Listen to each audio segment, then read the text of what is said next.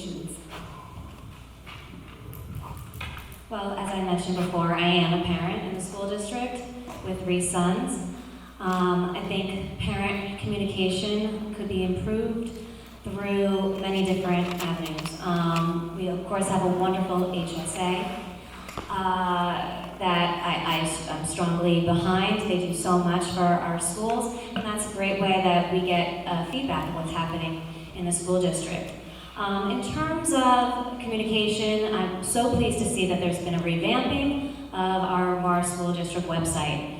That is huge. I know I've had issues with that in the past, trying to find information and where to go and what to click on, and not finding what I need after 30 minutes of trying to search and being a waste of time. But I think they've streamlined it so beautifully, and it's more user-friendly. I would also like to see that, I've heard that there's been kinks in the K-12 Swift blasts of texts. So I think we need to refine that a little bit, and those are some of what I would do. Thank you, Peter. I think technologically this has been something that's been attacked and succeeded to a great degree as far as all the aspects that's, I won't repeat what Susan has said. I think that what I've been most impressed with is the meetings that our administrative staff has had. I know a couple of months ago, when school to school, I happened to go to one of them, and not only were the meetings great, but they provided Spanish translators at the same meeting. And to me, I'm not a technocrat, and there's still something about meeting and talking in person. I think our teaching staff has been incredibly responsive to parents. I've never heard one parent complain to me that I called the school, I wanted to speak with someone, and I got no response. So newsletters, technology, everything, I think it's something that is at the forefront of what our administration thinks about and acts on. So I'm really reiterating what Susan said. So I'm glad to hear that Susan thinks the website's getting us more in the direction that we need to go. It's not done, it's going to be a work in progress. But to the point of the question, better emails, Facebook, through the HSAs, something that, one of the things that a lot of the board members were talking about this past year was just more opportunities for focus groups, for feedback, and not just holding a meeting where you have a 45-minute presentation and then there's 10 minutes to ask questions.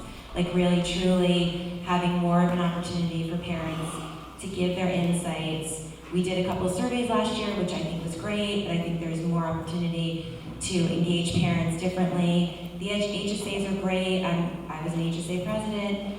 I'm a huge fan, obviously, but I think it's going to always be a work in progress because parents are busy, and we need to continue to fine-tune how we're doing it. We actually have a communications action plan that we're implementing this year, and my time is up.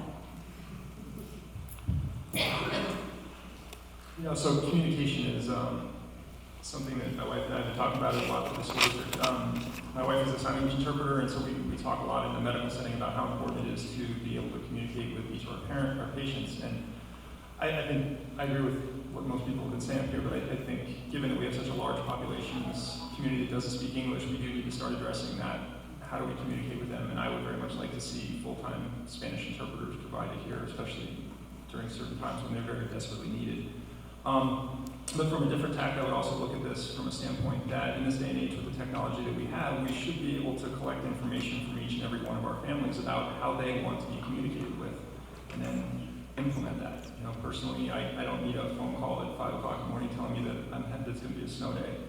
Some people might need that, but I think we need to be able to take technology that we have now and use it. It's a great question, and it's an ongoing project. We do have a goal set around this project, and have been working on communications in terms of improving our website and directing communications to parents. And it's a changing landscape for parents that we're responding to. Many of our homes are homes with 2 working parents, and so we need to communicate in ways that are accessible and easy for them. And the board has a responsibility too in that regard, to be accessible and to be present to the public so that they can come to us, that they know who we are and that we know the information we need to deliver to the public. We have accurate information to share with the public. When the public is misinformed or has information that isn't correct, we need to make sure that the superintendent is aware of that so that he can communicate clearly to our parents and our community about what's really going on. We're a big place, and there's a lot of information out there, and sometimes people get it wrong. That happens. So we can help to clear that up by communicating clearly to the superintendent and to parents.